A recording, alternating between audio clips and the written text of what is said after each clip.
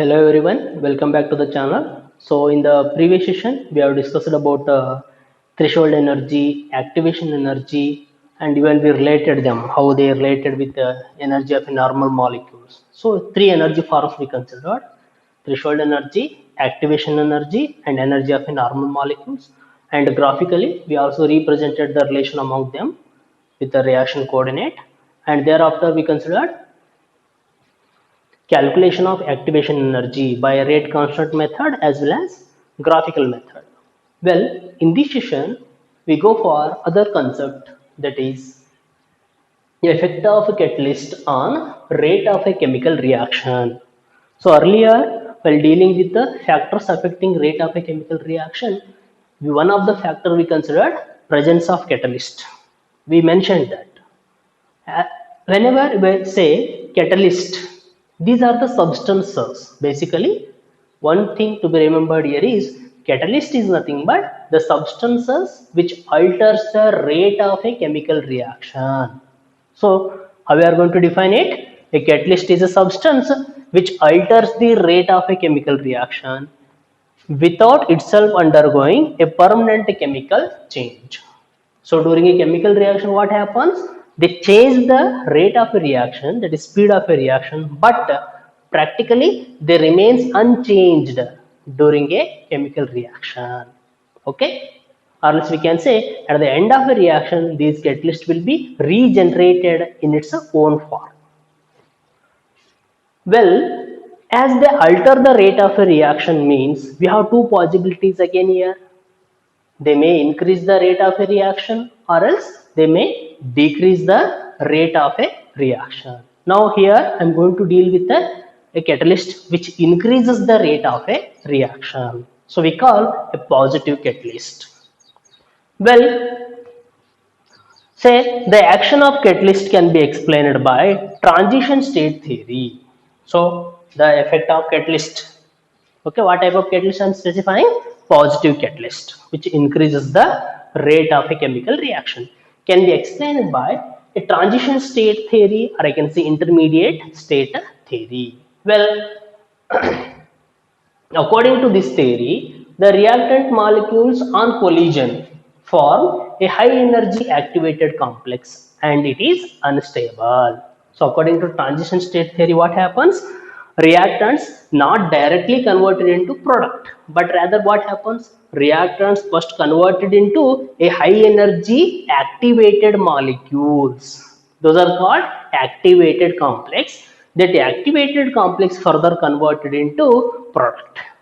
So we say, according to the theory, the reactant molecules on collision form a high energy activated complex. Okay, and which is unstable, which decomposes to give product.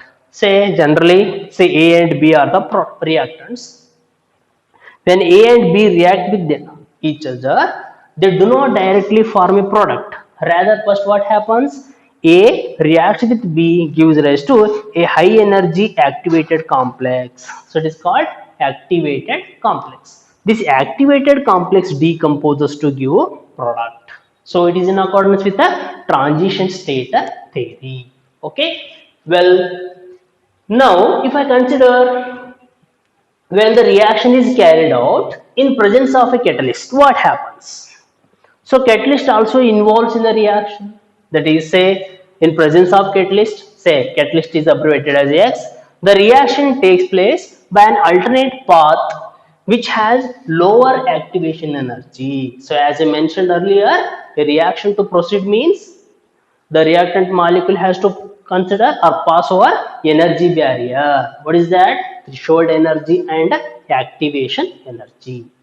So, say in presence of catalyst, say same reaction A plus B, we have added catalyst.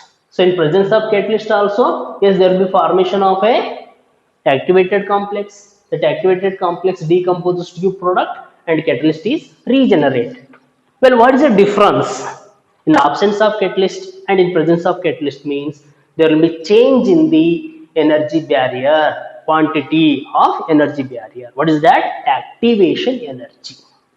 So, well, Graphically, when I look at this, say if I place a energy versus reaction coordinate graph, say solid line in the graph, the solid curve. Say here reactant means I can say ER indicates which is the energy of reactant molecules. Reactant molecules associated with energy, so I can consider ER is the energy of reactant molecules. When reactants get converted into product, these product molecules also associated with energy, so it is called EP, energy of a product molecules. In the previous session, I have discussed about ER and EP. Okay. Well, during conversion of reactant into product, what I said, these reactant molecules associated with energy. So it is called energy of normal molecules. To convert into product, what is to be done? These reactant molecule has to acquire certain energy. What it is? Activation energy. Okay. So it is the quantity. The bigger line which indicates the this must is the energy must be acquired by reactant molecules in the absence of catalyst. Okay, it is the magnitude of activation energy in the absence of catalyst if the reaction is carried out without adding a catalyst. So if we add catalyst, what happens? Catalyst is going to shift the reaction path to a lower activation energy. Whatever the dotted line indicates, say, is the reaction path followed in the presence of a catalyst.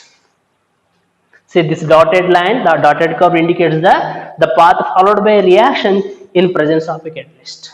So now here, if I consider the activation energy involved, so the second line, the smaller one, which quantity? It indicates the quantity of activation energy required for a reaction in presence of a catalyst. So when I compare these activation energy of a reaction in absence of catalyst and activation energy of a reaction in presence of catalyst. On comparison, one can say here, when presence of catalyst, what happens? Activation energy of a reaction decreases. So, if activation energy decreases, so the reaction is going to follow a alternate path involving low activation energy. Therefore, it proceeds with the high speed.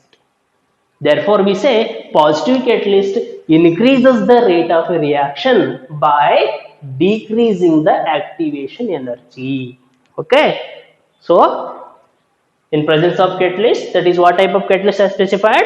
Positive catalyst. So, in presence of positive catalyst, it increases the rate of a reaction by decreasing activation energy by providing a alternate path for a reaction. So, what is the conclusion drawn here? A catalyst provides an alternate pathway or a reaction mechanism by reducing the activation energy between the reactants and the products.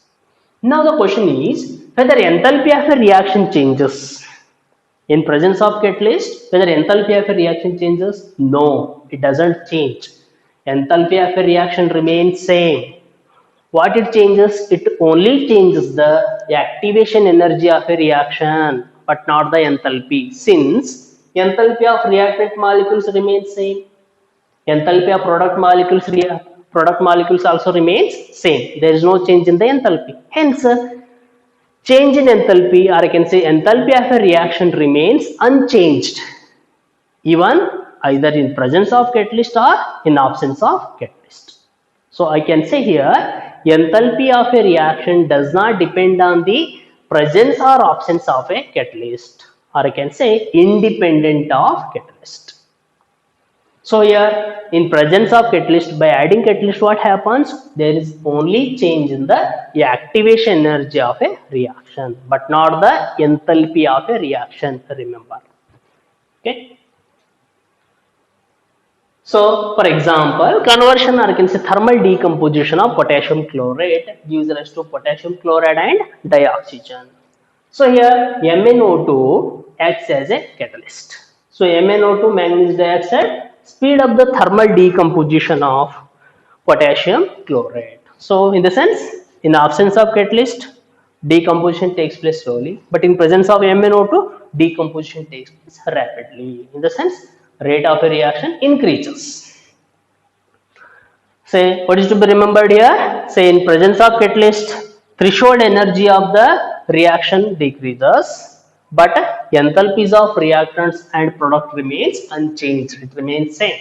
Therefore, enthalpy of a reaction remains unchanged. As I said, there will be change in the only threshold energy, or I can say activation energy, but there is no change in the enthalpy of reactant and product molecules. Hence, enthalpy of a reaction remains unchanged during a reaction. Well, so it is regarding the effect of catalyst on rate of a chemical reaction. Coming to the next concept, that is collision theory of a chemical reaction. Okay, collision theory of chemical reaction. So according to this theory, so we'll look at the postulates. Say, for a reaction to occur, for a reaction to take place or reaction to occur, what is the necessary condition? The reactant molecule has to collide with one another. They have to come in contact with one another. If they do not comes in contact with one another, then there is no formation of product. So according to collision theory, what it says, for a reaction to occur, all reactant species must collide with one another. It is the basis for collision theory of a reaction. So what is the basis for the theory means? All the reactant molecules must collide with each other to give a product. It is the basis. Well, according to this theory, what it says, the number of collisions, okay, all reactant molecules must collide with one another is the first postulate of the theory. What is the second postulate? The number of collisions that takes place per second per unit volume of reaction mixture is called collision frequency. So here, yes, reactant molecules collide during a reaction.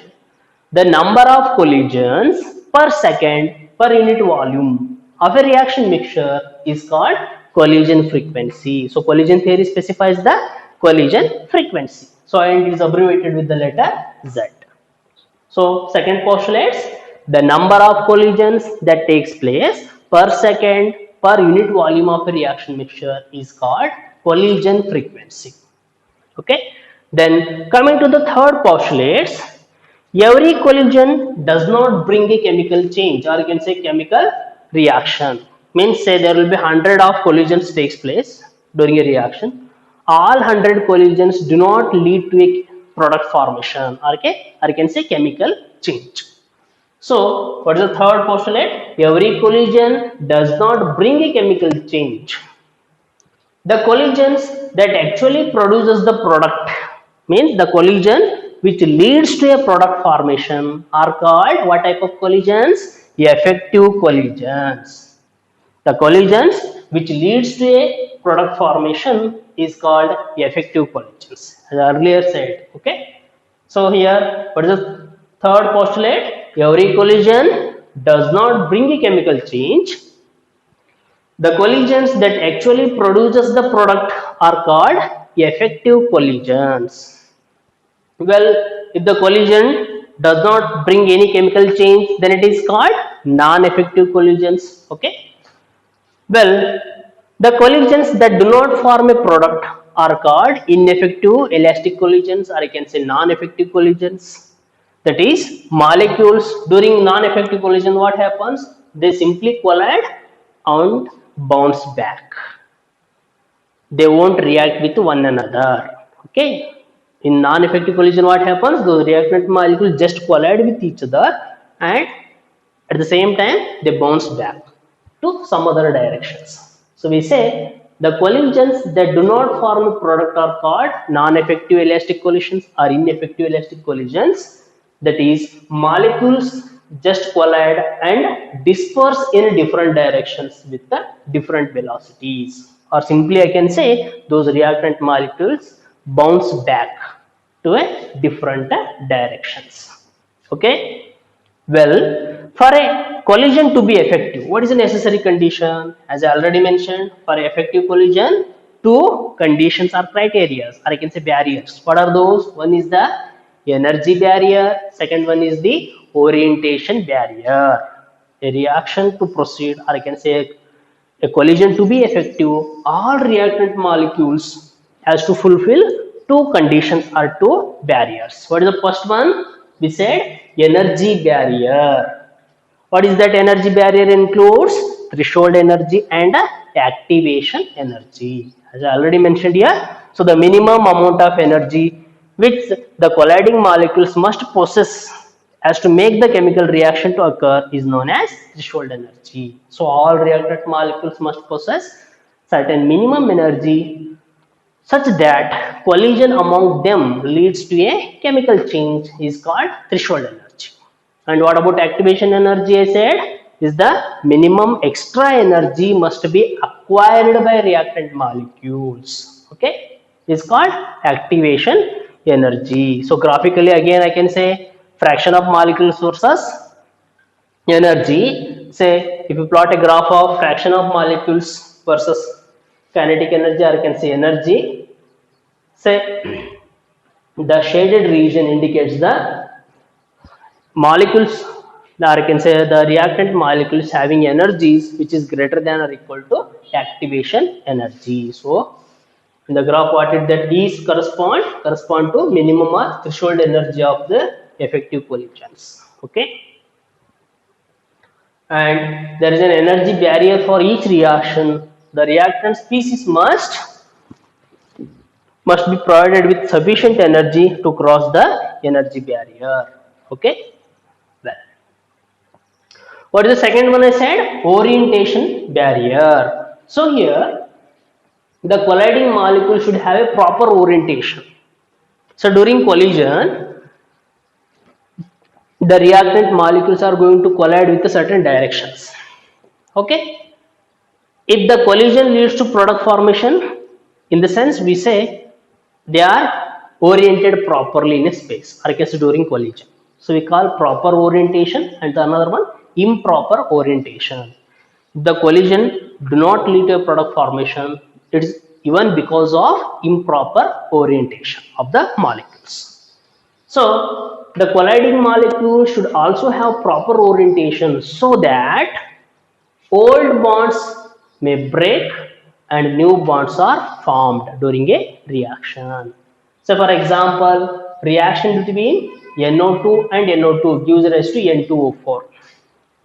2 moles of nitrogen dioxide gives rise to dinitrogen oxide N2O4.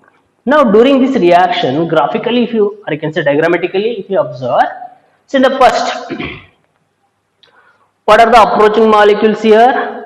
Say two-dimensional representations. Say nitrogen NO2 molecule, it is also NO2 molecule. Now how they are approaching? Nitrogen atom of one molecule is approached by oxygen atom of another molecule. Say when nitrogen atom of one molecule and oxygen atom of another molecule they collide, what happens? There is no interaction between these two. That is, as they collide with one another, nitrogen of one and oxygen of another molecule, they won't interact because of electronegativity. So they won't interact much. So what happens? They simply bounce back. Both molecules they get separate from one another. So it is because of orientation. What type of orientation it is? Improper orientation. Collisions not properly oriented means if the molecules are not properly oriented, what happens? They simply collide. Yes, there will be collision, but that collision do not give product. Those reactant molecules simply bounce back. They go to the, they simply disperse in a different directions. On the other hand, when you look at the other diagram, what it is, so now in the second diagram, nitrogen atoms of both the molecules approaching with one another. Nitrogen atom of first is approaching nitrogen atom of another. Say here both the molecules are oriented by some other angle. Now in this case nitrogen atoms are approaching. Yes, there is a tendency of making bond between both the nitrogens. Therefore they readily combine. When nitrogen atoms of both the molecules approach, resultant will be both collide with one another, so it gives rise to product N2O4. Then what I can say here, properly oriented collisions form product. Now in the second case, what I can say, molecules are properly oriented. such that collision among them leads to a product formation. In the first case, molecules are improperly oriented, so collision among them do not lead to a product formation. Okay, it is regarding orientation factor. Okay, or I can say orientation barrier.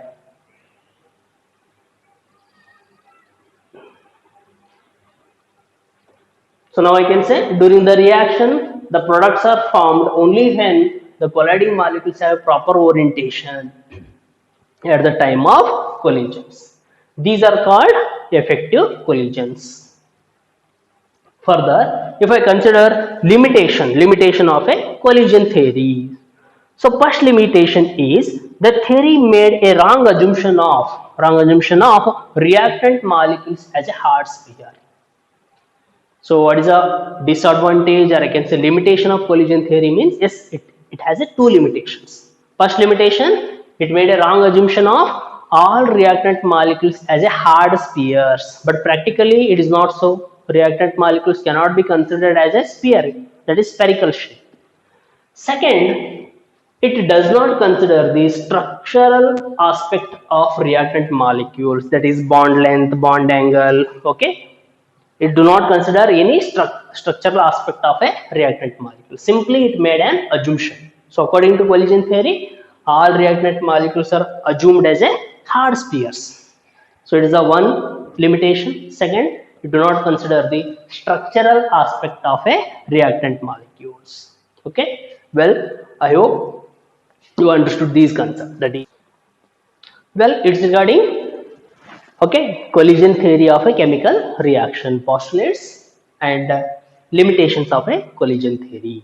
Well, the last concept, that is rate constant of a reaction given by collision theory. So according to collision theory, the rate constant of a reaction is given by product of three quantities.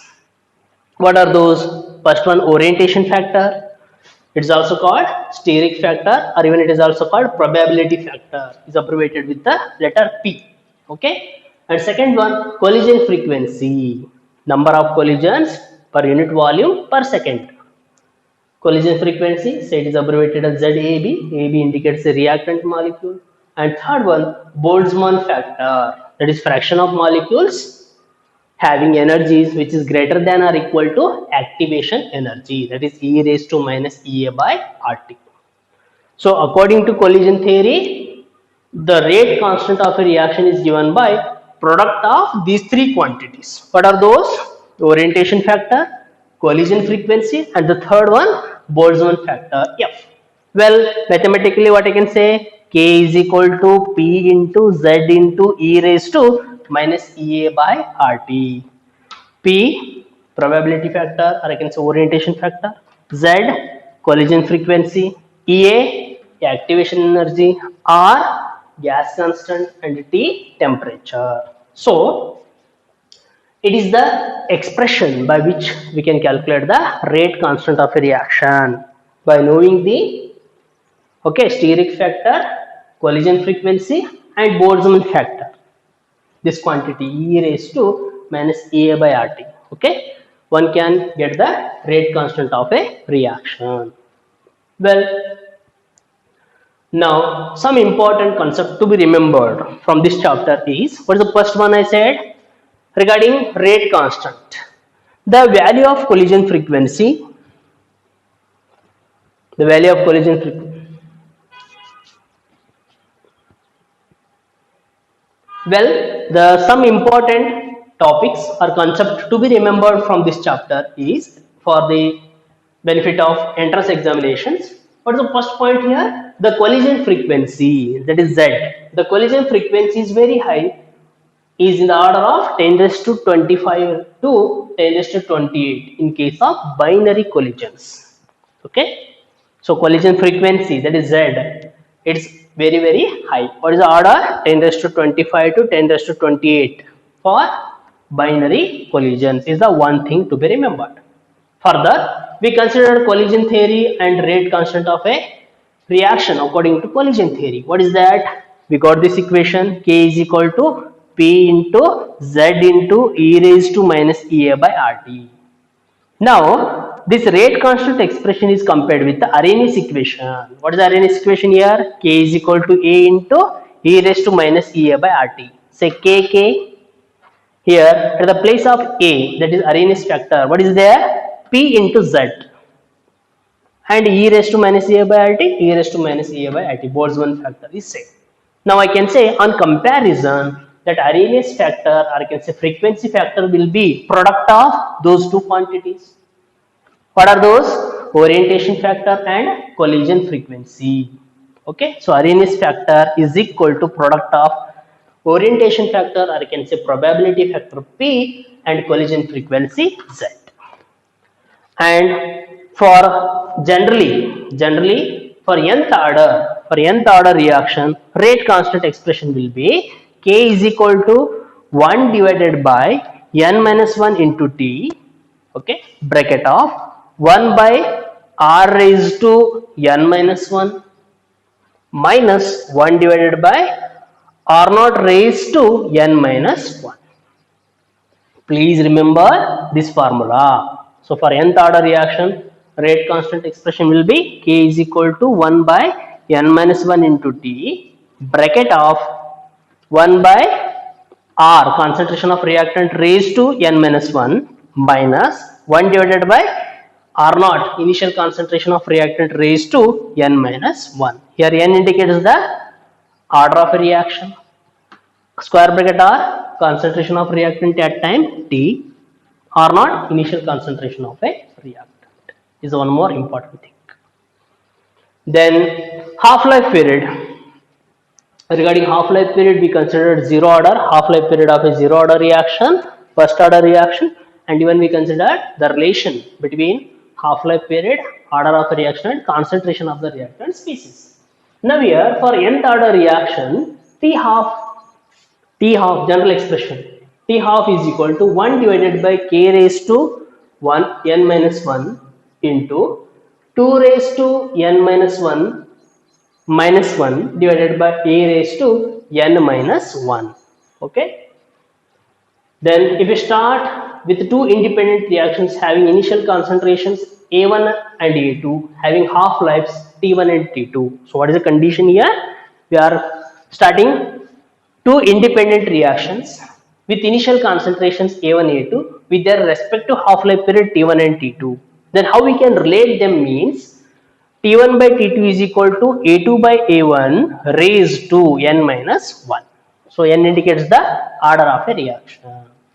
So again I can say if we start with the two independent reactions having initial concentrations A1 and A2 having half-life T1 and T2, then what is the relation? T1 by T2 is equal to A2 by A1 raised to n minus 1. So here n indicates the order of a reaction. So it's one more important thing. Then the amount of substance left after n half-lives. So in a reaction, quantity of reactants left will be asked in most of the cases. How we get that? The amount of substance left after n half-lives. N half-lives will be A naught divided by 2 raised to n. So where n is equal to, what is that n actually? N is equal to T divided by T half. So A naught, initial concentration, T, total time for a reaction, T half, half-life, and n indicates the number of half-lives. Well, I hope you understood all these concepts. So with this, I am going to conclude the chapter Chemical Kinetics. Thank you one and all. Thanks for watching. Like, Comments share, and subscribe.